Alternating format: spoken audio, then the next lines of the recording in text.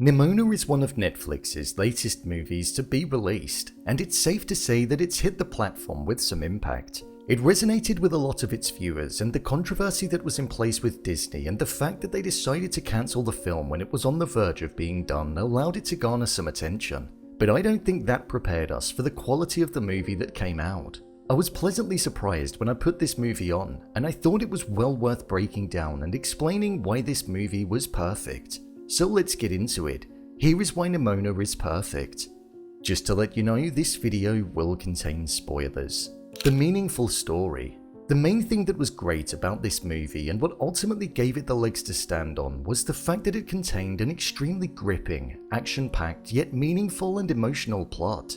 It had the balance within it in order to create the DNA of a movie that you entered without knowing how emotional it was going to make you feel. Whilst this movie was about Nimona being perceived to be a monster despite not actually being one, and it also focusing on Ballister being an individual that was different to the usual type of person that would be selected to be a knight, it didn't beat around the bush in making it apparent that this was something that most people out there could relate to in their own lives once looking through the metaphorical representation. It's a true tale of overcoming adversity and looking what was once against you directly in the eye and defeating it. This heavy yet relatable story was something that ultimately meant that we were able to connect to the characters in a far deeper way, because we saw their insecurities and they wore them on their sleeve. Every time that Ballister would question what Nimona was, it was like a mental blow, and you could see it taking its toll on Nimona. 1,000 years of being called a monster and essentially living in isolation must weigh heavy after a while.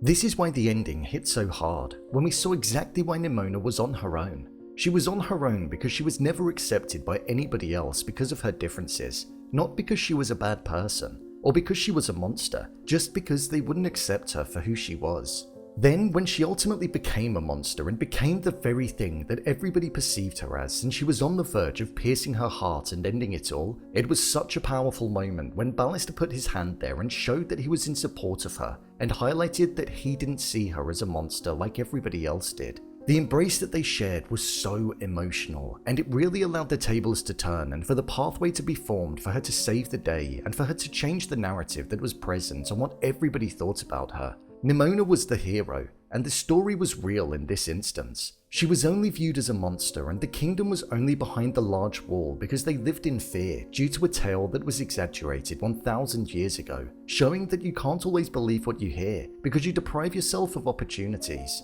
For example, when the wall was destroyed, the whole kingdom was in awe of what they were looking at. They had never seen such beauty. They only believed that monsters lied beyond the wall, when in reality, it was the monster in power all along enclosed within the wall. This story can be taken, applied, and viewed in any part of an individual's life. The meaning behind acceptance, allowing somebody to be who they are and not ostracizing them or treating them differently because they aren't the same as oneself, is something that is relatable in our own society. And I feel that's why this story in the movie felt so powerful and emotional to watch, because you could see the reality behind it all and the meaning that it held. The art style. One thing that made this movie so good was the visuals that we had throughout it. Nimona had an art style like no other, and it was very experimental in what felt like was being shown to us through the screen with the way that the story was being told. It wasn't your usual glossy type animation that we've come to expect with animated movies. This was one that had moments where the style would drastically change, and it would often change to represent some kind of emotion or feeling. For example, when Nimona was excited or got angry, the style would change, and so would the way that her facial expressions moved. However, the monster form that Nimona took on almost had a completely different style to everything that was within it. The black was so dark, and it felt like you were genuinely looking into pure darkness, and I feel that was done to embody the darkness that lied within her. Plus, the glowing of the white eyes really contrasted that. It was an art style that was so unique, and one that most definitely complemented the movie. If it had been the Disney-esque type animation that we've all come to get accustomed to over the years, I think it would have lost some of its identity. And with this film having identity at its core of the plot, and really shining a light on accepting being different, the art style was another great way of supporting that. The kind of happy ending. The ending of this movie was something that was so delicately handled, and by not giving it the happiest of endings but leaving it on the edge allowed the movie to have an almost sense of fulfillment. We were left on a bittersweet edge in the sense that we saw that Nimona created her own story and was finally accepted by the people that viewed her as a monster, and instead she was viewed as a hero. But in doing that, she ultimately sacrificed herself for the entire kingdom, as the director wanted to destroy her and the city, which meant that we saw Ballister mourning her. However, right at the end, we heard Nimona's voice as Ballister turned around. We didn't get to see if she was there in her original form, or if she was looking like something completely different, but it was extremely thought-provoking, and again, tied into the fact that we didn't need to see what she looked like, because we already accepted her for who she was and what she did, something that transcends appearances. We were made to mourn Nimona, which I feel was a great move for the movie to do, as it wasn't just a smooth-running, clean, happy ending where everybody ended up okay and the hero won and the villain fell. So I appreciated that, as it added another layer to the story that we were watching conclude: the performances. This is something that is a large reason for the success of this movie, and a reason as to why it is perfect. The voice performances were second to none, and the casting felt so appropriate. Led by Chloe Grace Moretz, she absolutely smashed the role of Nimona, and you really felt every word that she said, which I feel is quite rare in animated movies. Plus, I also thought that Riz Ahmed as the voice of Ballister was great too. The chemistry that the pair of them had was great to witness, and you truly did root for the both of them. And I feel a lot of that comes from the vocal performance of the characters.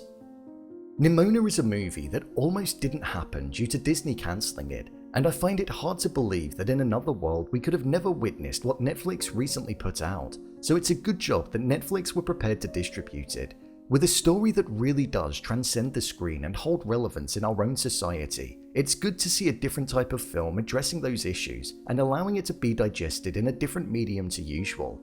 I would like to see a sequel or a TV series that's focused around the many other different plots that it's possible for it to cover, which I did actually do a separate video on, so feel free to check that out. But I do definitely understand that it could cause the weight of the characters and the story to lose some of its impact.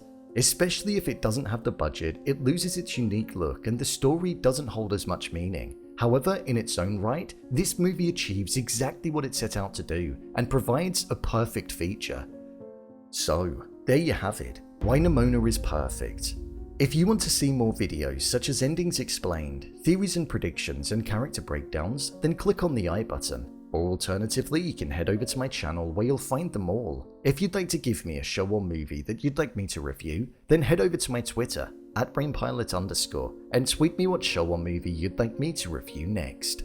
And finally, if you'd like to see what I rate the latest movies that don't quite make the cut to getting a dedicated video, then head over to my Letterboxd profile. It's where I rate the latest releases in real time. What did you think of Nimona? Leave a comment down below, and don't forget to subscribe.